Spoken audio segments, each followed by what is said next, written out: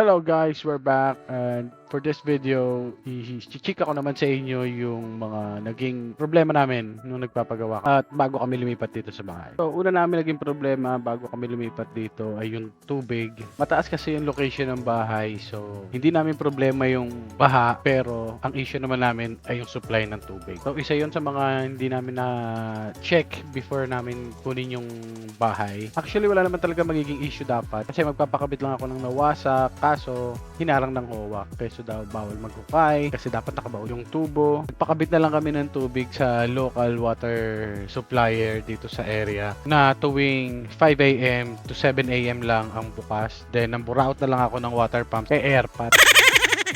So, yung isa pang issue ay about naman dun sa pinagpagawa namin ng bahay. So, as I mentioned, 1,000 per day, libre pagkain, libre tulugan, libre transportation. 6 days ang work per week and then almost 1 month niya ginawa. So, ang ginawa niya lang, yung kisame sa second floor na binaklas na namin, pati yung cabinet, yung plywood sa pinto, tsaka yung inodoro. Tapos itong kisame at bubong at yung flooring ng kusina. Ayan, kung nakikita nyo, halos mabulok agad yung bagong bili na plywood. At yung klebe na sinasabi niya, ayun, sa gilid bumabaha.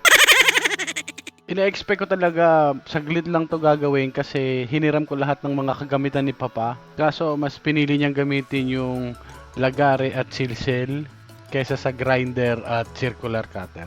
Kaya nag-decide na lang kami na pahintuin siya. Kami pa ngayon nahihiya na pahintuin siya actually. So ayun, kahit medyo nasugatan tayo ng husto ron, nagpapasalamat pa rin tayo sa kanya dahil may natutunan tayo, no? Hindi na tayo uli basta-basta magtitiwala sa mga chika-chika na contractor daw sa Laguna. Weh, matandaming sobrang bakal, B.